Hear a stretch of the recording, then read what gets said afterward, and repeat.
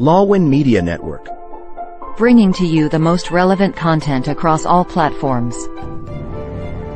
Business, legal, politics, health, lifestyle, and entertainment. Your source for all the news and updates in the greater Houston community from Texas and all over the world. Get informed and empowered with Lawin Media Network.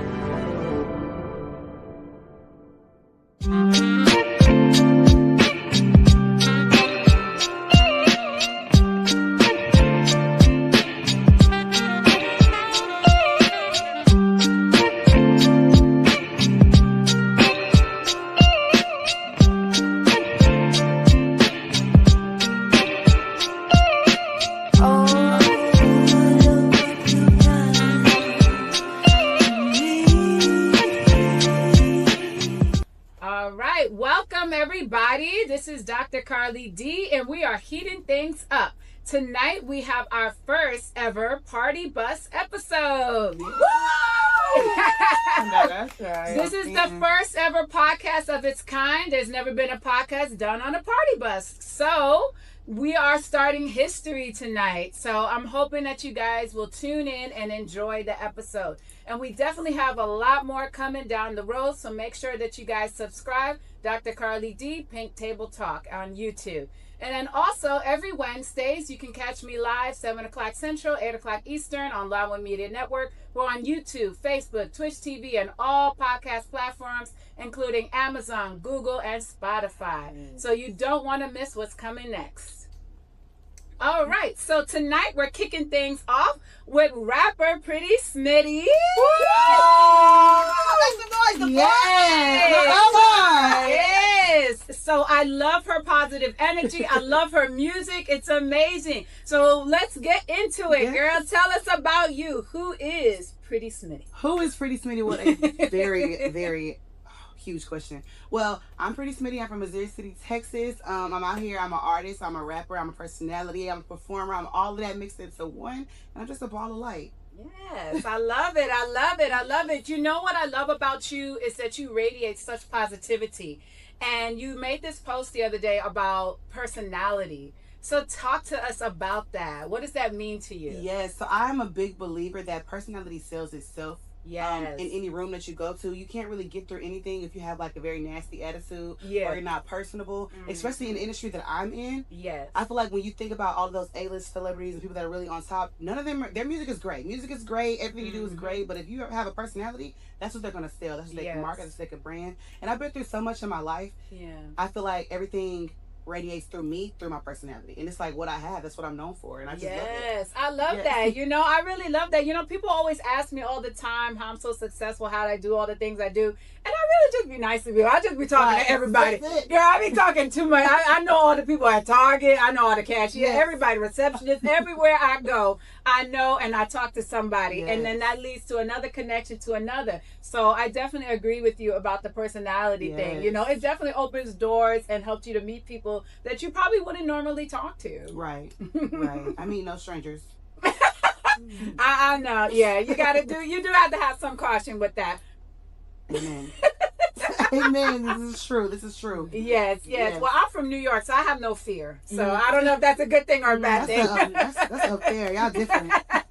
Yeah, we're definitely different than down here, but I'm loving it here in Houston. So talk to us about your childhood here in Houston. What was it like growing up here in this area? You know, my childhood is like just a very like bold conversation in general, but growing up in Houston was great. I'm really from Missouri City, Texas. Okay. So Most City for those who know and for those who don't. Nice. But I have a very large story. I don't even know where to start, but everything that happened to me definitely molded me. So Houston is just a place for me that I'm always going to remember, even when I do decide to leave or go somewhere else. Houston molded it's so much in my veins that it's like I can't help but be that person. Yes. I love it. I do feel that Houston does mold people to be strong. And I definitely see a lot of strong black females here. And so I'm loving it. Yes. Yeah. Houston is what you make it. Yes, basically. that's Houston true. is what you make it, because you can come to Houston and want to do anything and you want to be a rapper. you have to put in the work, because Houston is not a city that's just going to give it to you. You have to figure it out. So you got to go and do it. You got to go through all of the obstacles to get through it. Yeah. But once you get there, you're like, dang, man, I really conquer Houston. That's good. And that's not a place. That's not an easy place to conquer. Yes, I'm learning that myself. I've been here about 4 years now, and so I'm kind of getting into a lot of spaces, and it's interesting though. I feel myself growing and really maturing here that I probably wouldn't have otherwise, and so I'm really grateful for the opportunities here and being able to come here. So No, most definitely. Yes. So talk to us about rapping. What made you get into it, and how long have you been rapping? Did you know you always wanted to go into music?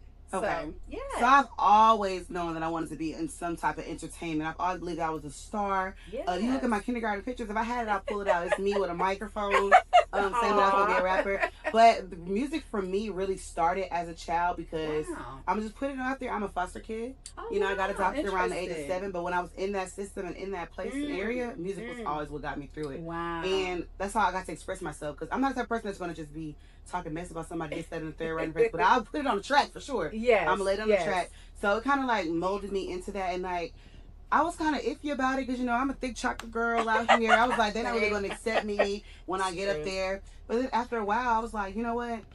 They're not just take me as I am. So I started doing it, and I've been loving it ever since. I was inconsistent with it at first, and last year I told myself, I was like, you know what? I'm just gonna do it 1 year, 1 year straight, see how consistent I can be. And once it hit this year, I told everybody that I'm not gonna stop.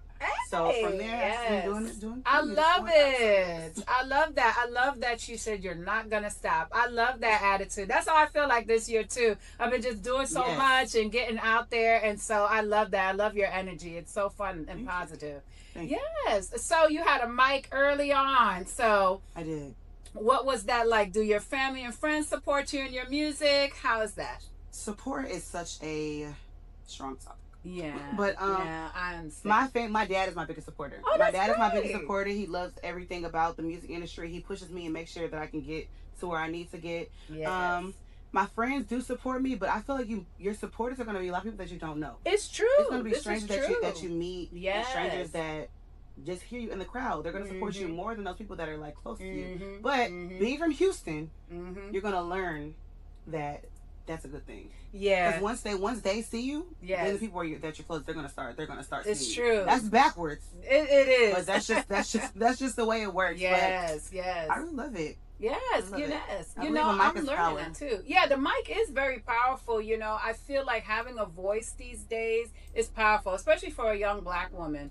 I feel like before we didn't have a voice in previous generations, and so whether we're doing music, creating, dancing, or even a professional realm, we need to be able to have that voice and kind of break barriers. And so I love that you're breaking into this particular area. Yes, and it's so big. It's like I didn't start off as a rapper.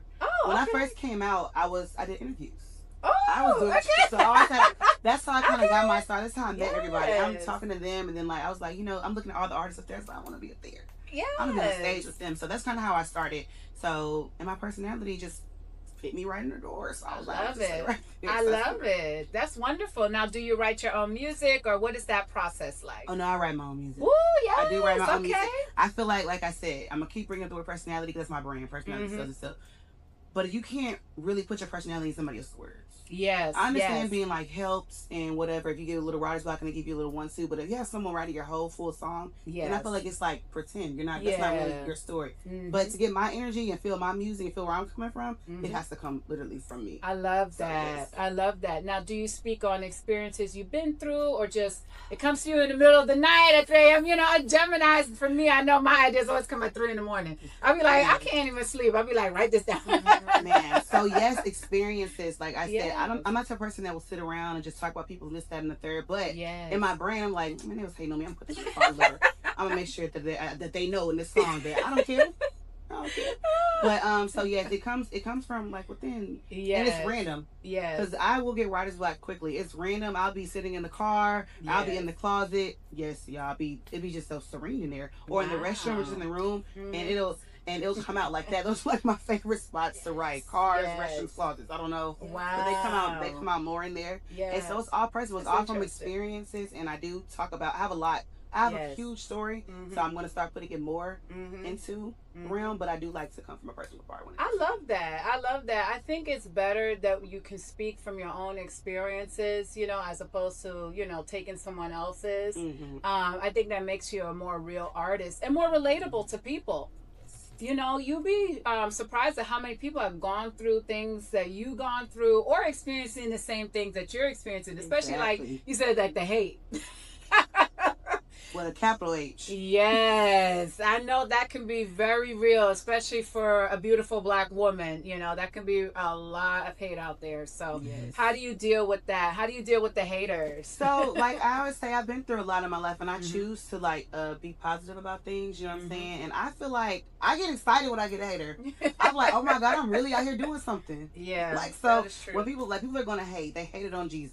So I feel there like you go. They're gonna continuously hate. They're gonna continuously have something to say.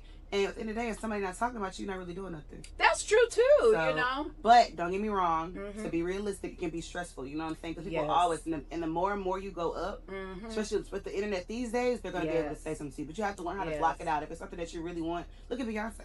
Beyonce's not commenting these people in the comments. You gotta let it happen because they're gonna talk about you to the day you're not here no more. It's so true. You know, I see a lot of hatred, like you said, as you rise, you know, in life. And if you're doing something, then there's always gonna be some negative naysayer, somebody, you know, trying to go against that. I think it's coming from a place of like jealousy. Like they probably want to be able to do what you do, but they don't have the confidence to do it. You know, and you exude a lot of confidence. You know, as a curvy black girl, you know, you're out there. You be wearing some stuff. I be like, girl, I be like all shy. Like I can't even. I'm letting it be like free. I'm scared wearing this little tube top. I got my arms all out. I'm like, oh Lord. I mean, and when it comes to like that and the aspect of just being as curvy as I am or as dark as I am, and I'm just like, it's just like at the end of the day, this is what I have, okay? This is what I have. You're not gonna like it, but they're gonna like it. And all of these people like it and you're not liking it, so someone's the problem. You're the problem. So at the end of the day, I'm just really comfortable with myself. I do, of course, have my own insecurities. I am just a girl. But I choose not to let that shine. At the end of the day, I'm pretty smitty is what I'm pretty. I love it. Yes, and you are very beautiful. And I love your nice chocolate skin. You know, it's so beautiful. I'm so glad Fenty and all these brands actually started making makeup for us. You know, growing up, we didn't have these shades and we was looking ashy on camera. I was like, Lord, this is terrible. I look back at pictures of like models from the 90s, like Iman and Lawin. I was like, ooh, girl, ghost. You know what I'm saying? I was like, that was wrong, and nobody told them. Like, come on, they didn't know no better. That wasn't right at all. So you know, girl came out and tried to give us a little. Yeah, we getting up there. We getting. No, I love it though. Like now, I feel like being a black woman right now is like it's a power thing. It's like people love black women. I don't care what they say. They hate us, but they love us at the same time. And we're the blueprint for so many different things in the world. So it's just like no matter what shade, shape, or anything that you are, like you gotta remember that. Like I'm a blueprint. Tell everybody that you're a blueprint. Okay? I love that. I love that. That's wonderful. I love that. The blueprint. That's beautiful. You know, they do say that our DNA has been found in every race and continent on this planet. So we are truly Mother Earth. You know, we have created the life on this planet. So, you know, so, you know, we are powerful. We're beautiful. So I love that. I love that. Black power. Power to the people, y'all. Now, don't get the show canceled already. You know, we still in a different. We love all. We still got a different administration out here. No. I'm speaking on that point, but at the end of the day, I love everybody. I love everybody. So I grew up in a very diverse situation. Like before I got adopted, of course I was in the hood and all of that stuff. But then when I got adopted, my parents were in a very diverse neighborhood. I went to a mainly white school. I went to PWI when I went to college. So I've always been around different varieties of people. So I learned how to adapt. I know how to adapt in any type of room. So I feel like being in that background and being to experience everything with all different types of people, it kind of molded me today. And I feel like in this industry, that's something that you really need to do. You need to be able to do. Because as you get more jumping and more popping, your rooms are going to change. And you're going to be in different rooms. When you get to those higher rooms, it's not going to be many of us in those rooms. So you have to understand how to adapt and how to make it make sense. And I feel like that's a good thing. So I'm glad that my parents did that. So, yeah. That's interesting. You know, I love what you said because I can relate to a lot of that, you know. And what I do is different professionally. Like I work in like academics and healthcare, but a lot of times I'm the only one there that looks like me. You know, that's curvy like me, that's dark like me. And boy, you know, the way, you know, the response can be a little hit or miss. Yeah. They're like expecting me to come in with this attitude or, oh, she thinks she all that because she's young and already got all her degrees, accolades. So, you know, just like you, I grew up in New York City, a very diverse area. So I was around all kinds of people. So I learned early, like you said, how to adapt. And so I can walk in those spaces, hold my own. And people are shocked by that. So it's very interesting that even though you're in a music industry, I still experience that in a professional realm. Yeah, it's beautiful. It's a beautiful thing to be able to do for sure. Yes, absolutely. So now talk to us a little bit what it was like growing up being adopted. So with me being adopted as late as I was, I started the process when I was 6, but I went into foster care when I was 2. Wow. So I was in that realm of still growing up and learning things of me being in foster care. So of course I didn't really remember much as far as like how everything happened. You know what I'm saying? How I got there. I know now, of course. Yeah. But I've always been a very happy child. Like, regardless of everything that I've been through, I've always been a very, like, if you talk to my mom today, I just asked her, I was like, well, how was it when you first met me? Yeah. Like, what made you, she told me I was up, I was dancing, I was on her lap. I told the little boy next to her, I'm like, this is my mom. Like, I did talk. Look, I would have jabbed. I did that, so. I want that one. Yeah. So I ended up adopting me. And my personality has always been very big. Like, despite me going through everything that I went through, I feel like it kind of molded me. It made me, and I chose. Wow. Because at the end of the day, my real parents, they went through their things, but I do believe people are people. Parents are just people trying to learn how to be parents. That's the first thing you get. So, but it definitely molded me to the person I am. When I got adopted, it wasn't even like I was adopted. My parents never told me. They never said anything about being adopted. She sat us down in the front of the courtroom. She adopted my brother as well. She adopted us together. Nice. And then they had a son already. But she sat us all down in front of the courthouse, and she was like, y'all brothers and sisters, that's it. And she told us before we even went home. She told us that she was like, there won't be any of that talk about somebody not being it. So I grew up just as a sister, as a daughter, as a cousin, as a family member, all of that. So, and they gave me so many different experiences. I went from something totally different into a whole different realm. But they really fed into my personality a lot by putting me to cheer, they put me to dance, they put me on the stage, I mean all of this different stuff. So I've been doing like all of this and used my personality for a very long time. So I feel like it molded me, and I feel like it has.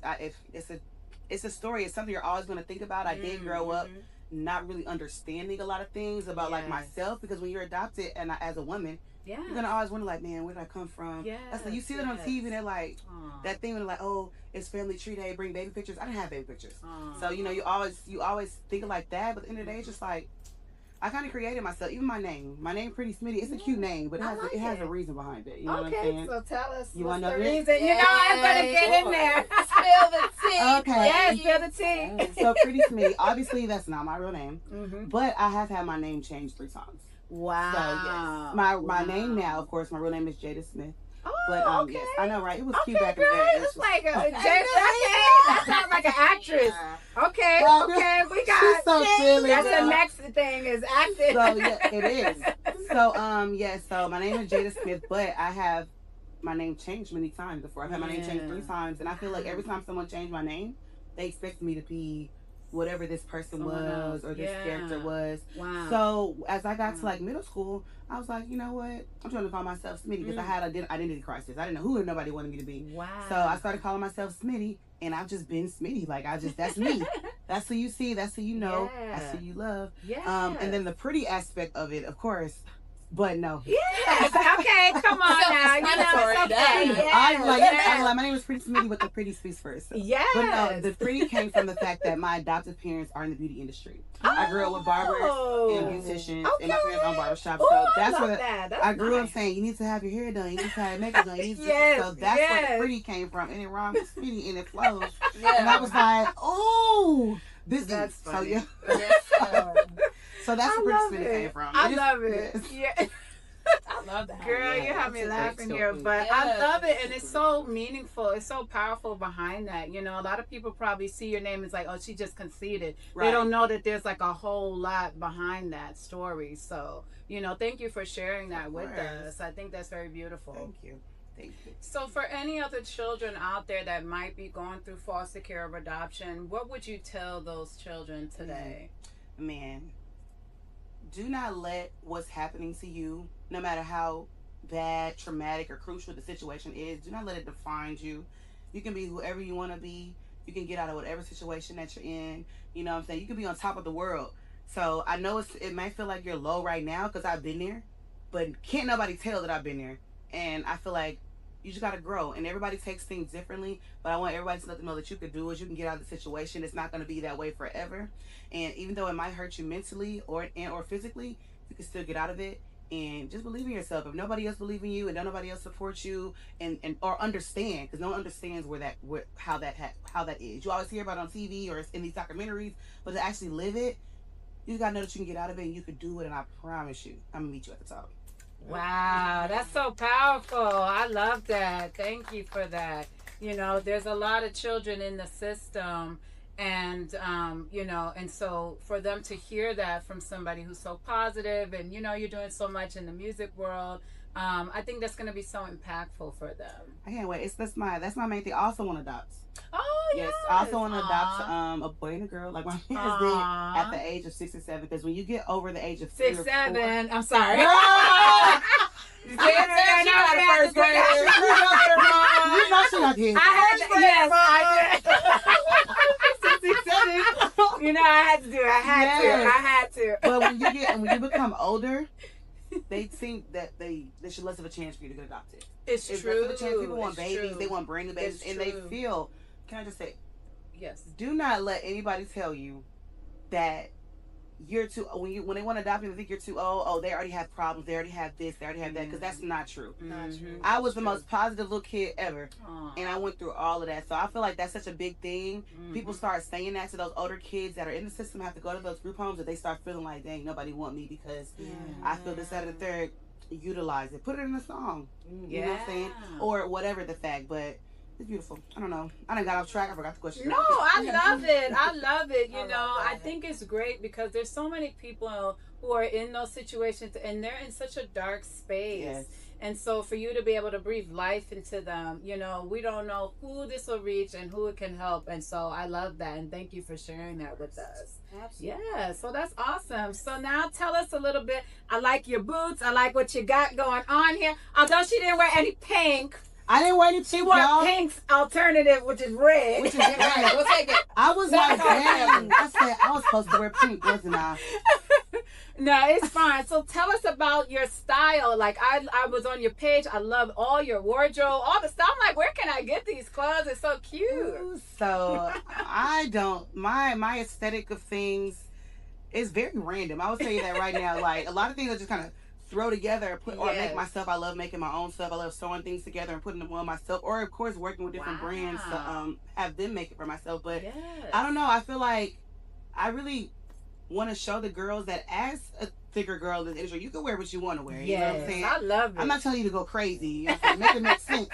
But you can wear what you want to wear. You know what I'm saying? Whatever aesthetic. I've always kind of been, like I said, I grew up in a very diverse community. Yeah. So I like to wear a lot of alternative things, boots like this and things sort of like that. So that's kind of where Mo City definitely helped me with my style. Okay. If you know, you know. Yes. So, yes. They do have a nice mall out that way. I do like it there. Oh, in Sugar Land? Yeah. It's very nice. We like that. Yeah. That was the place back in the day. You like going shopping without people. As to right. It's very calm. Yes, I love it. I love it. Well, I love your style. I'm like, I gotta start getting more daring and getting out there and wearing some stuff. Man, I be like, look at me, y'all. I love it though. I think it's so wonderful. So what's next for Pretty Smitty? What you got coming up? What are you gonna be doing? Talk to us. I do have a song coming out on the 17th. Ooh, okay. It's called Who Are You? That's what the song. Okay. It's gonna let you know that my name is Jada Smith, so I'm here to set it off. Yeah. Oh, So, yeah. girl. Yes. Okay. Yes. I really like that song. It shows my personality. It is an Elvis Presley sample, and I don't see nobody doing an Elvis Presley sample. Hey. But anyway, it is an Elvis sample. I it's love that. Really dope. But as far as like my career, I just got me a new manager. Yes. I'm now part of the Third Standard, and we love that. Yes. Yeah, it's just gonna be growth. I hope it spread my positivity around the world. There's so much I want to do. I'm not just a rapper. I'm not just an artist. You know, I'm a personality. Personality sells everywhere in every type of room. I love it. So yeah, I just see growth. I just want you to look up and then see me up there. Yes, and I do see big things coming for you. You know, like I said, you just radiate such great positivity. You have great style. You're giving us bigger girls like confidence and like, hey, I can wear that too, you know, and make us feel confident about ourselves. And so I love that. So thank you, and continue to keep doing all the wonderful things that you're doing. I love it. Can you give us a little sample of Who Are You? Do we need a little? A little 1, 2. A little 1, 2. I can. You want us to start some old beatboxing? I said somebody. Hold on, I was trying to listen. I want to hear it. Okay, I got this. Here we go now. Hey. I can't rap today, y'all. I said Elvis Presley. You gotta make a little more sense for y'all. That's all I got. But my words, it's just like, who are you? What I'm just telling people about myself. So my name is Jada Smith. So you know I'm here to set it off. Thought I was 2 barbers, so I was raised to cut these niggas off. I cut them down to a 0 and brush them off. Yeah, I was getting into it now. But everybody's favorite part is I'm the girl you want to be, the girl you want to meet, the girl that got you up about your seat, standing on your feet, the girl that got you dancing to the beat, you let the song repeat, the girl that's always going to bring the heat, because look at me, I eat.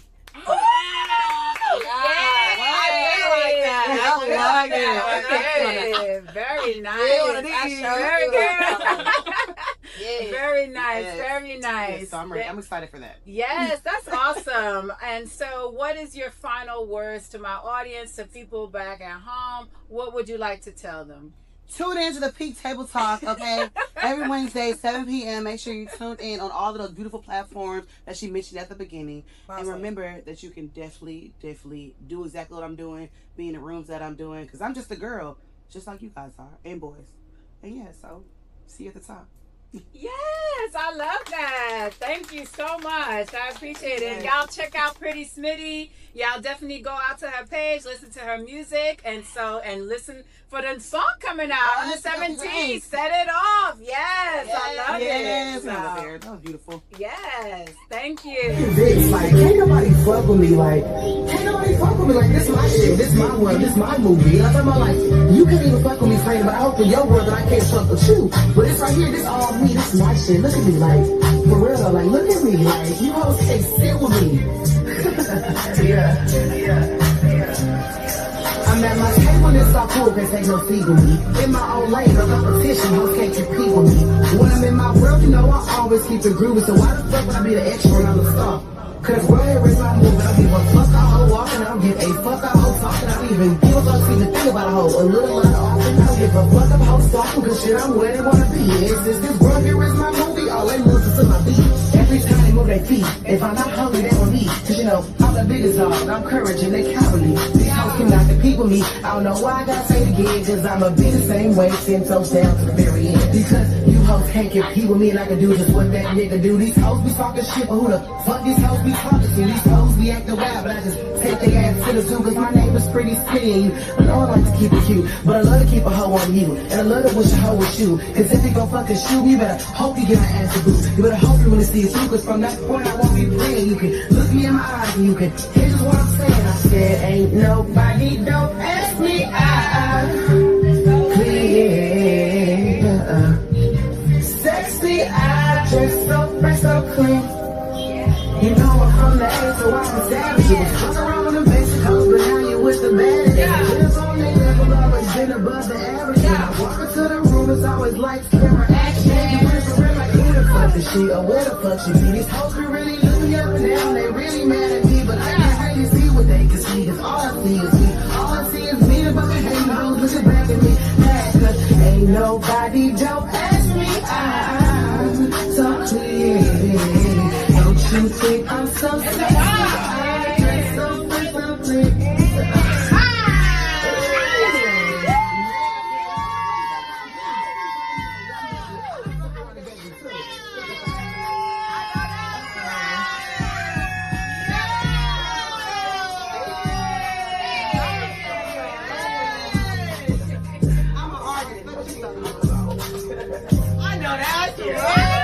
Your term midnight ballerina, like I think that's so beautiful, and you know, because it really does speak to what you're doing, like especially when I see the tricks you do. Oh my God, that takes a lot of strength. I'm like, I don't know how she does that a lot of time with no hands. I'm like, wow, that's and it crazy. happened just out of nowhere. I think I got so good because I wasn't trying to be good.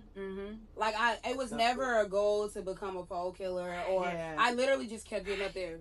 Every time you go to just get up there, have fun. Like stop worrying about what they're thinking. They're gonna come up and give you money because you're doing something that 95 to 100% of the people in the room cannot and will not do. Won't even think of doing. So you already already you put the shoes on, you got up on the stage and you're doing it. So do something. Just go. Ask one of the girls for some pole grip and I'm on it. No, for real. I'm ready for my video. She's your coach. You make me feel like I'm ready to get on the pole. Like the way you talking. She was a dancer in one of my mic drops the other day. Oh, yes. And I was like, I can't wait. I seen a little snippet. Yes, that's what I was in the back. I was in the back stretching. I was just waiting. She didn't tell me it was you. She was just like, it's an artist today. I'm like, okay, I'll be there. So I'm in the back stretching, and then I heard your song. I said, I was so excited. I heard so much that I said, man, I saw that you became one of the dancers. I said, man, I hope Jimmy J's the dancer. I kept saying it. Then when I found out it was, I was like, let's get it. Let's do it. Perfect. And we just met by happenstance. Like our kids are in the same class for the past couple of years now. That's so and cute. we were on a field trip. And I was like, oh, this girl got style. She got pink. I said, I got pink. I was like, and we just started vibing. Literally networking through the window while we wait for the school bus to pull up. Something I noticed though too, how I know you've gotten so much better at pole and all that in the past few years. Look at your arms. Your arms are like inspiration. What, 2021? 2020? When I first got here? Yeah, 2020, 2021. My first time ever in Houston. We met and like now I'm seeing her again years later. The shoulders, arms. I'm like, I know how this happened. I need the routine. I tell people all the time. I don't care if there's nobody around, nobody in the club. Get up there, do your tricks. You're gonna get a workout. You're gonna get some practice, and you're gonna be more confident when people come in. And your arms are gonna start. I need that. Look at that. Oh my goodness. See, I need that. I got when you get my kids was like, is that a fish in there? I'm like, no. Didn't say anything. No, what? Oh my God. How does that sound like? It's like a skinny fat arm. It's like it's nice here, but it's crazy. I said it's juice. It's juice in there. That's what it is. You are beautiful. Thank you. I heard you make that comment when we were there for us bigger girls. You're not even big. Thank you. She said you are not in the club, ma'am. What she's talking about? I said, what she's talking about, y'all? Oh, y'all are so funny. Y'all are so funny. Well, welcome to Pink Table Talk, Late Night Party Bus Edition. We have tonight with us Jemmy J, the G, exotic dancer, midnight ballerina.